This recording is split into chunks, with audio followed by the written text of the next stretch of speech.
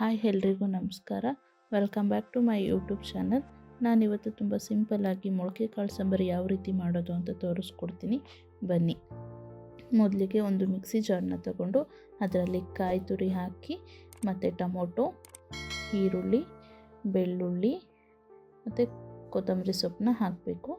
ನಾನಿಲ್ಲಿ ಕಾಯಿ ತುರ್ಕೊಂಡಿಲ್ಲ, ಪೀಸಸ್ ಆಗಿ ಕಟ್ ಮಾಡ್ಕೊಂಡಿದ್ದೀನಿ.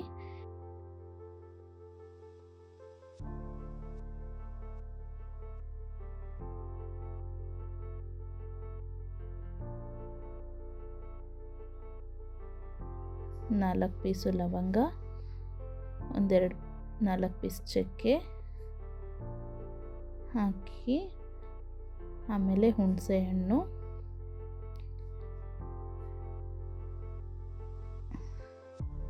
ನಿಮಗೆ ಎಷ್ಟು ಖಾರದ ಬೇಕೋ ಅದರಲ್ಲಿ ನೋಡಿಕೊಂಡು ನಾನು 2 ಸ್ಪೂನ್ ಖಾರದ ಪುಡಿ ಹಾಕಿದ್ದೀನಿ.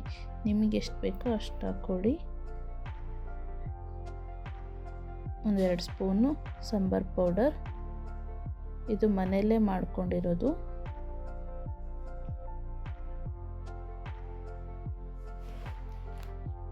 ಸ್ವಲ್ಪ ನೀರು ಹಾಕಿ ಮಸಾಲಾನ ರುಬ್ಕೋಬೇಕು. ಸ್ವಲ್ಪ ಸಾಫ್ಟಾಗಿ ರುಬ್ಕೋಬೇಕು, ಈ ರೀತಿ ಇರಬೇಕದು. ಆಮೇಲೆ ಒಂದು ಪಾತ್ರೆಯಲ್ಲಿ ಒಗ್ಗರಣೆಗೆ ಸ್ವಲ್ಪ ಆಯಿಲ್ ಕಾಯ್ದಾಗ ಸಾಸಿವೆ,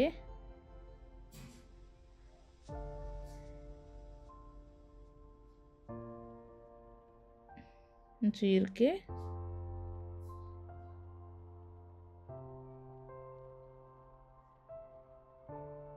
ಆಮೇಲೆ ಒಣಮೆಣಸಿನ್ಕಾಯಿ, ಈರುಳ್ಳಿನ ಹಾಕಿ ಸ್ವಲ್ಪ ಫ್ರೈ ಮಾಡ್ಕೋಬೇಕು.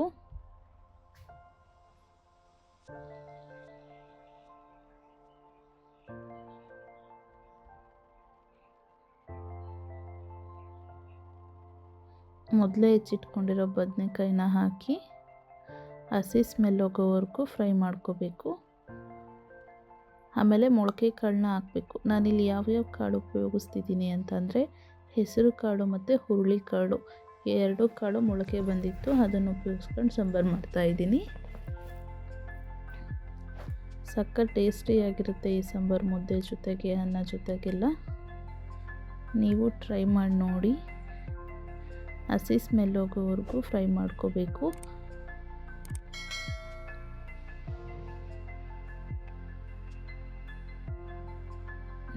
ನೆಕ್ಸ್ಟು ರುಚಿಗೆ ತಕ್ಕಷ್ಟು ಉಪ್ಪು,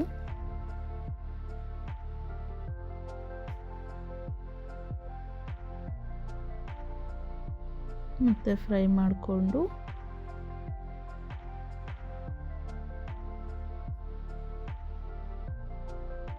ರುಬ್ಬಿಟ್ಕೊಂಡಿರೋ ಮಸಾಲಾನ ಹಾಕಿ ಫ್ರೈ ಮಾಡಬೇಕು.